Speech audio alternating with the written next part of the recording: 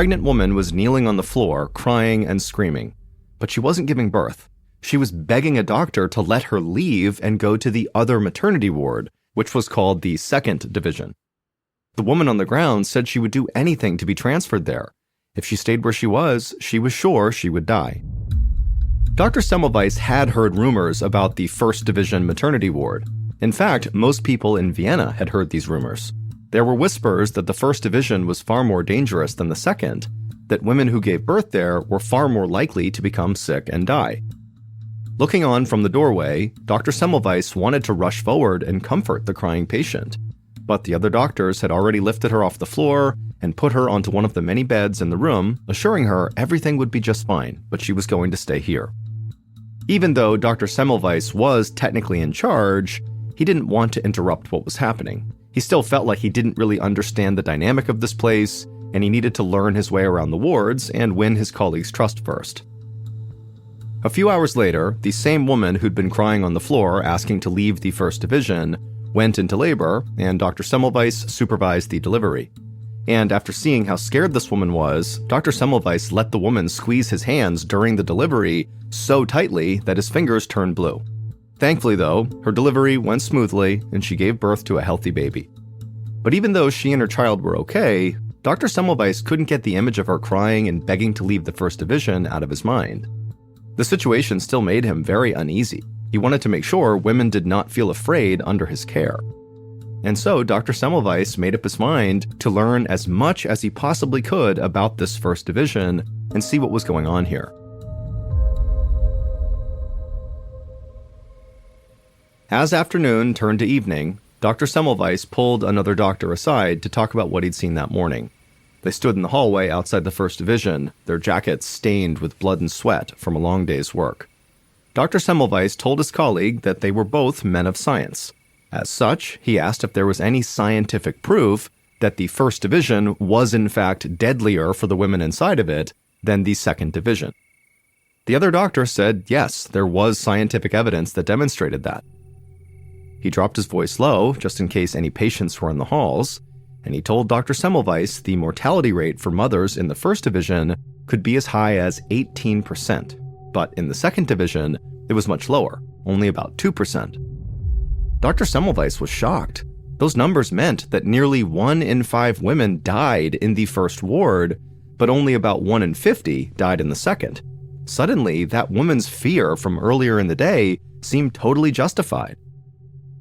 The other doctor explained to Dr. Semmelweis that the patients in the first ward seemed to be dying of something called childbed fever. This was a poorly understood illness that affected women who'd recently given birth. 1 to 3 days after delivering their baby, these women would develop severe abdominal pain and high fevers, and would sometimes become delirious, and then they would die. Dr. Semmelweis' colleague stopped speaking for a second as another doctor rolled a woman by on a gurney. When she was back in the maternity ward, safely out of earshot, the doctor continued. He said there had been plenty of meetings at the hospital to discuss the differences between the two wards, but even one of the hospital's leading disease experts, a forensic pathologist named Dr. Jacob Kolechka, couldn't find anything to explain the vast difference in mortality rates. Dr. Semmelweis scratched his chin and glanced down at his blood-stained jacket. It really needed to be washed, and he really needed to get home and get some rest.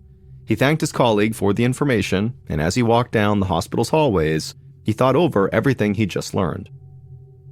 Dr. Semmelweis believed it was his responsibility to figure out exactly why so many women were dying at this hospital in this first ward. He decided that the very next day, he would visit the second division and try to learn what made it so much safer than the first. The following morning, Dr. Semmelweis grabbed a new, crisp white coat from his office and put it on. He walked down the echoey hallways toward the maternity wards, then opened the door to the second division. It looked nearly identical to the first division. Dr. Semmelweis took note of the same pale walls, the same beds lined up in rows, the same ventilation systems bringing fresh air into the room. However, the patients in the second division seemed much happier and more at ease. Dr. Semmelweis walked past their beds to the back of the room where all of the equipment used during deliveries was stored, and he began pulling open a few drawers. Inside of them, he saw stacks of metal forceps and scalpels. They were the exact same tools used in the First Division. Dr. Semmelweis turned away from the storage area and back to the main section of the room, where he watched staff members bustle from one patient to the next. And that's when he noticed something interesting. There was one major difference that Dr. Semmelweis could see between the staff of the two maternity wards, and he thought it might be the key to solving this mystery. Several months later, the doctors and medical students who worked in the First Division gathered in one of the hospital classrooms where medical lectures were normally held. It was a small space with wooden tables lined up in front of a chalkboard. Dr. Semmelweis stood at the front of the room, deep in thought, one hand nervously twirling the end of his mustache. Over the past few months, he'd gone back and forth between each ward, taking note of how the different staff members worked. Eventually, he believed that he'd gathered enough evidence to prove his theory, and so he'd called this meeting with everyone who worked in the First Division to let them know what he'd discovered. Once everyone was in their seats, Dr. Semmelweis announced that he'd been keeping a careful eye on the First and Second Divisions, looking for something that could explain the huge difference in mortality rates. He said the two wards were similar in almost every way except for one.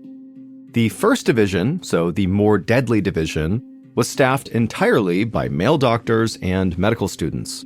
The Second Division, the safer one, was staffed by female midwives. In the mid-1800s, when this story took place, midwives would have gone through an apprenticeship program, not a formal medical education. Because of this, they were considered less educated than doctors and wouldn't have been allowed to teach medical students. But since Vienna General was both a hospital and a medical school, it needed two maternity wards, one for doctors who could train students to handle pregnancy and childbirth, and another one for midwives who mostly managed the place themselves. For Dr. Semmelweis, the fact that the two wards had such different personnel seemed very important. Then, Dr. Semmelweis said something that shocked this room full of doctors and medical students. He wondered aloud if maybe the midwives actually knew how to deliver babies better than the doctors. The doctors scoffed, and the medical students shifted in their seats, uncomfortable with the idea that midwives might be more knowledgeable than they were. Dr. Semmelweis was uncomfortable too. It wasn't easy for him to consider that after years of medical training, he might not be as much of an expert as he thought. But Dr. Semmelweis didn't want to let his ego get in his way, so he pressed on. He told the men he'd noticed that women gave birth on their backs in the First Division. That was a standard procedure for doctors, supposedly because it gave them a better view and more control over the birthing process. But in the Second Division, the safer one, where the midwives worked, women typically gave birth on their sides. This tended to be more comfortable for the patients and reduced the risk of injury. Dr. Semmelweis theorized that this difference might be the reason why so many women were dying in the First Division. He told the doctors and medical students that moving forward, every woman giving birth in the First Division should lie on her side instead of her back. Dr. Semmelweis watched the men murmur and roll their eyes, but he didn't react. He just thanked them for listening as the meeting ended. Then they filed out, leaving Dr. Semmelweis alone in the classroom. He exhaled, glad that the meeting was over. He still felt relatively new at Vienna General, and taking on this responsibility made him nervous. But he'd stepped up and done what he could to fix the problem in the two maternity wards. He left the classroom hopeful that this new change he had just implemented would actually work. Over the next few months, Dr. Semmelweis spent more time in the First Division, making sure everyone was following this new protocol by having the patients give birth on their sides. Now, there was not an immediate change in the mortality rates, but Dr. Semmelweis held on to hope that his idea would work eventually. Only it didn't. Almost every day, Dr. Semmelweis heard about or witnessed multiple women dying in the First Division. He had to admit that his theory must have been wrong. Even with this new policy, the mortality rate in the First Division was as high as ever.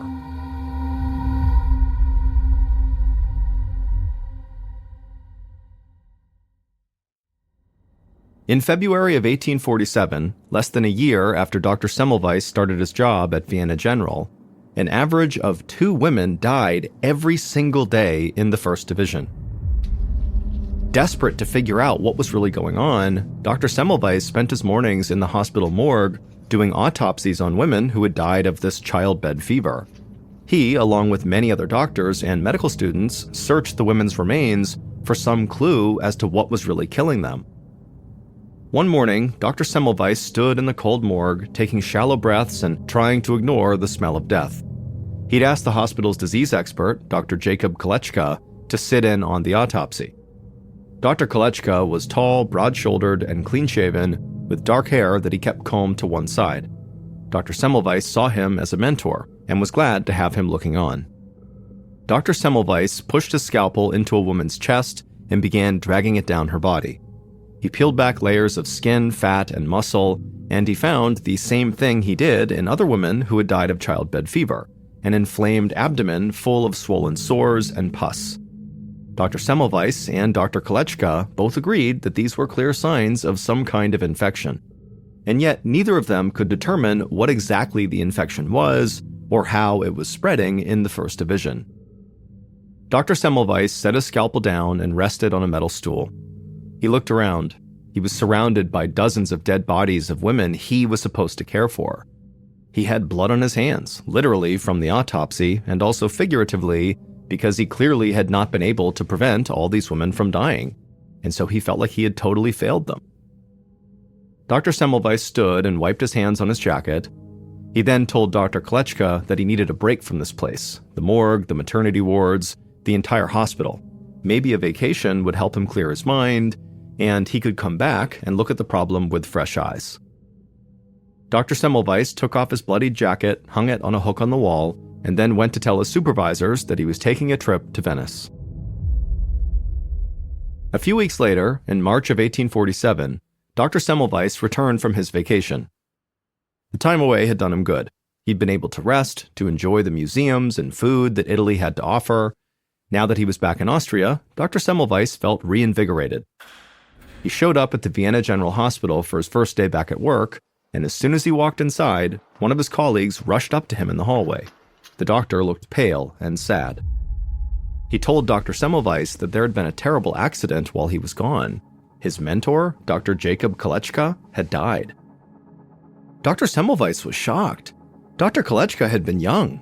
He asked his colleague what happened. The other doctor sounded unsure as he explained it. Dr. Kolechka had been doing an autopsy on one of the women who died in the First Division. It was all routine. Some medical students were even in the room helping with the examination. Then one of the students accidentally cut Dr. Kolechka's finger with their scalpel, and the wound became infected, and a few days later, Dr. Kolechka was dead.